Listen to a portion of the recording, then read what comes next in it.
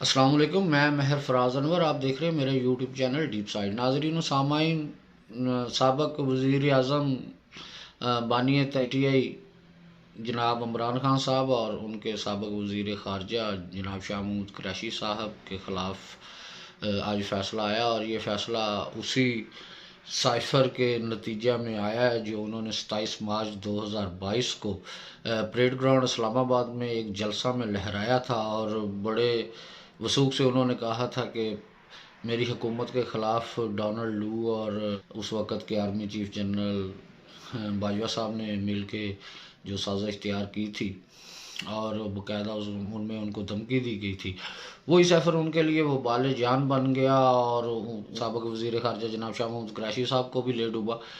जनाब जज अबुल हसनात साहब ने 25 गवाहान की गवाहियों के बाद फ़ैसला जारी करते हुए उनको 10-10 साल कैद बामुशक्क़त की सज़ा सुनाई है।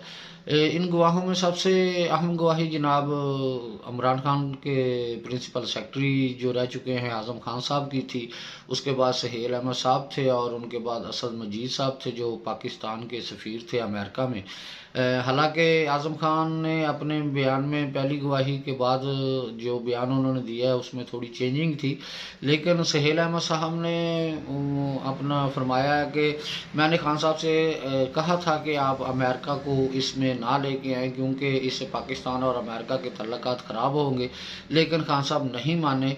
और असद मजीद साहब ने गवाही दी कि इमरान खान साहब की हुकूमत को जो मैंने मिनट्स भेजे थे, साइफ़र भेजा था, उसमें कोई ऐसी बात नहीं थी जिसमें अमेरिका ने कोई साजिश की हो। ना मैंने कहा था कि अमेरिका कोई आपके ख़िलाफ़ साजिश कर रहा है।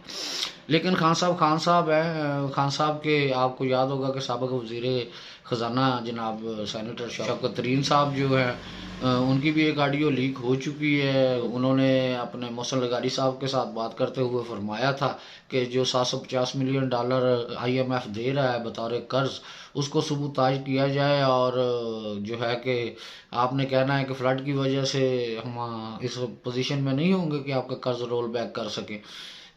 जिस पर मोहसिन लगारी साहब ने पूछा भी था कि तरीन साहब इससे पाकिस्तान स्टेट को तो नुकसान नहीं होगा, तो उन्होंने कहा कि ज़रूर होगा, लेकिन ये खान साहब के साथ जो ख़िलाफ़ जो कार्रवाइयाँ कर रहे हैं उससे भी तो पाकिस्तान को नुकसान पहुंच रहा है। मेरे ख्याल में तरीक़े में एतमाद शुरू होने वाली लड़ाई से पाकिस्तान का नुकसान हो गया और बहुत ज़्यादा नुकसान हो गया। और हालांकि खान साहब एक स्पोर्ट्समैन थे और उनमें स्पोर्ट्समैनशिप का होना बहुत ज़रूरी था, लेकिन मुझे ऐसी कोई बात उनमें नज़र नहीं आई। क्या क़यामत टूट पड़ती अगर नो कॉन्फिडेंस मूवमेंट के बाद खान साहब अपोजिशन में बैठ जाते। अपोजिशन में बैठ के भी वो पाकिस्तान की तरक्की का ख्याल कर सकते थे। गो के उनको 16 माह के लिए बैठना था अपोजिशन में, लेकिन खान साहब ने वही हुल्लड़बाजी अपने उनके लौंडे लपाड़े जो थे वो बाहर निकल आए और बनी गाला और ज़ुबान पारक उन्होंने मोर्चों में तब्दील कर दिया। पाकिस्तानी फोर्सेस पर उन्होंने पेट्रोल बम फेंक के गली मोहल्लों में तमाशा लगा। हमारी असम्बलियाँ टूटी, कौमी असम्बली, सूबाई असम्बलियों में, सेनेट में, अदालतों में रोज़ नित नया ड्रामा हमें देखने को मिला, जिससे पाकिस्तान को भी नुकसान पहुंचा और मेरे ख्याल में इमरान खान साहब को भी नुकसान पहुंचा। खान साहब अपनी ज़िद पर कायम रहे।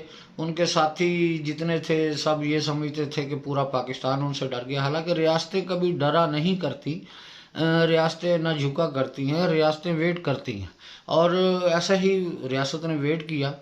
खान साहब की लूज़ बॉल पर उन्होंने छक्का लगा दिया।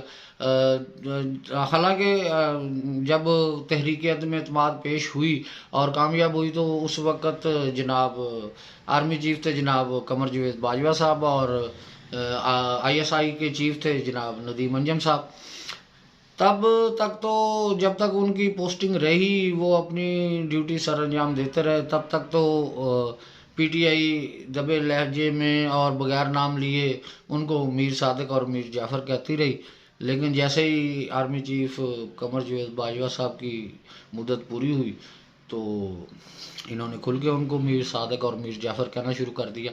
हालांकि पाकिस्तानी एक जनरल जनाब सरफराज साहब जो थे वो हादसा में शहीद हुए तो उसको भी उन PTI की सपोर्टर्स ने कंट्रोवर्शियल बनाया और उन पे बड़े बेहुदा इल्ज़ामात और खुदा माफ़ करे कि उनकी तौहीन की गई। हालांकि पाकिस्तानी कौम शहदा को खराज अकीदत पेश करती है और हमेशा उनको सलूट करती है, लेकिन पीटीआई की को समझ नहीं लगी कि ये सियासी जमात है या एंटी पाकिस्तान है। खैर, मई के होना था, उससे पहले नए आर्मी चीफ तैनात हुए तो पीटीआई ने धरने दिए, जलसे किए, उनकी राह में हज़ारों रुकावटें पैदा करने की कोशिश की, लेकिन वो खामोश रहे। यहाँ तक कि 9 मई हो गई। 9 मई के बाद से खान साहब की लूज बॉल उनके हाथ में आ गई, जिस पे पाकिस्तानी इस्टेब्लिशमेंट ने चक्का लगा दिया और उसमें खान साहब, हालांकि खान साहब गिरफ्तार हुए 9 मई को। 9 मई को दुनिया निकल आई, उन्होंने वो पाकिस्तान को जलाया, पाकिस्तान की बेइज्जती का सबब बने। तो उससे पहले तो इस्टेब्लिशमेंट खामोश थी, लेकिन खान साहब ने जान जान के उनको छेड़ा, कभी डर्टी यारी, कभी मीर जाफ़र, मीर सादक, और मुख्तलिफ नाम उनके रखे गए और उनकी फैमिलीज़ को ऊपर ट्रोलिंग की गई। हर तरह से उनको जो है कि अपना जलील करने की कोशिश की गई, जिस पे पीटीआई वाले समझते थे कि सारी एस्टेब्लिशमेंट उनसे डरती है और हर कोई उनसे डरता है, और हम रात को सोएंगे और सुबह उठेंगे तो जनाब खान साहब वज़ीर आज़म होंगे। हालांकि ऐसा नहीं होता, ये सियासत है। और वक्त गुजरता गया, खान साहब, हालांकि जब तरीक़े में इत्मीनान के बाद खान साहब की पॉपुलैरिटी में इजाफा हुआ, खान साहब ने असम्बलियाँ तोड़ी, खान साहब ने इस्तीफ़े दिए, खान साहब ने क्या नहीं किया। काश कि खान साहब बैठ के ज़रा वेट कर लेते और 16 माह गुजार लेते और एक्शन मांगते रहे खान साहब, जो 8 फरवरी को हो रहे हैं। चले वो, अगर वो अपने टाइम पे नहीं हुए तो 2-4 माह बाद 8 फरवरी को हो रहे हैं, तो उसमें खान साहब अगर 9 मई का वाक़या ना होता तो मैं यकीन से आपको कह सकता हूँ कि खान साहब 8 फरवरी को जीत जाते। लेकिन क्या करेंगे, पीछे सानहा हो गया 9 मई का। 9 मई एक पाकिस्तानी तारीख का स्याह धब्बा है जो मेरे ख्याल में हमेशा याद रखा जाएगा। पीटीआई वाले छुपते फिर रहे हैं और नून लीग वाले जो हैं कि वो वाज़े पोजीशन में हैं। कोई पीटीआई अपना कोई जलसा नहीं कर सकती, कोई कार्य मीटिंग नहीं कर सकती, कोई जब भी कोई बात होती है तो उन पे पाकिस्तान मुखालफ सरगर्मियों का इल्ज़ाम लगाया जाता है, जो कहीं किसी न किसी जगह, किसी न किसी हद तक वो अपना सच भी है। खुद खान साहब अपनी तकरीरों में फरमाते रहे हैं कि ये गुलामी की जंजीरें तोड़ दो और ये जो सुनामी निकलेगा वो सब कुछ बहा के ले जाएगा, कोई नहीं रहेगा। मेरे ख्याल में खान साहब को अपनी जमात पे और लोगों पे और सपोर्टर्स पे बहुत ज़्यादा मान था, और मान मेरे ख्याल में अवाम पे नहीं करना चाहिए, क्योंकि ये वही अवाम थी जो खान साहब की हुकूमत में होते हुए खान साहब से बज़न थी, और जैसे ही खान साहब अपना उतरे हैं तो खान साहब को पॉपुलैरिटी में इजाफा हो गया।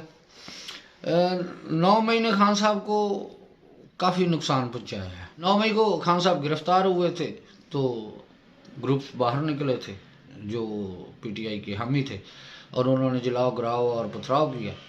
आज खान साहब को 10 साल की कैद हुई है, लेकिन मैंने लाहौर की सड़कों पे ना कोई खान साहब का झंडा लिए किसी बंदे को देखा है, ना लिबर्टी चौक में मैंने वो जमे गफ़ीर देखा है जो खान साहब की एक कॉल पर बाहर निकल आता था। मेरे ख्याल में खान साहब ने अपने पाँव पर खुद कुल्हाड़ी मारी है।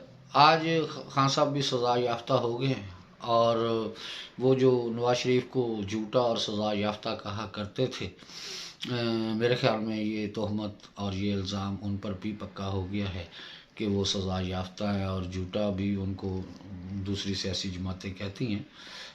मेरे ख्याल में खान साहब ने जल्दबाजी की। वो किसी ने क्या खूब कहा है, the knot given by the hand has to be open by the mouth. अल्लाह हाफिज़, अपना ख्याल रखिए।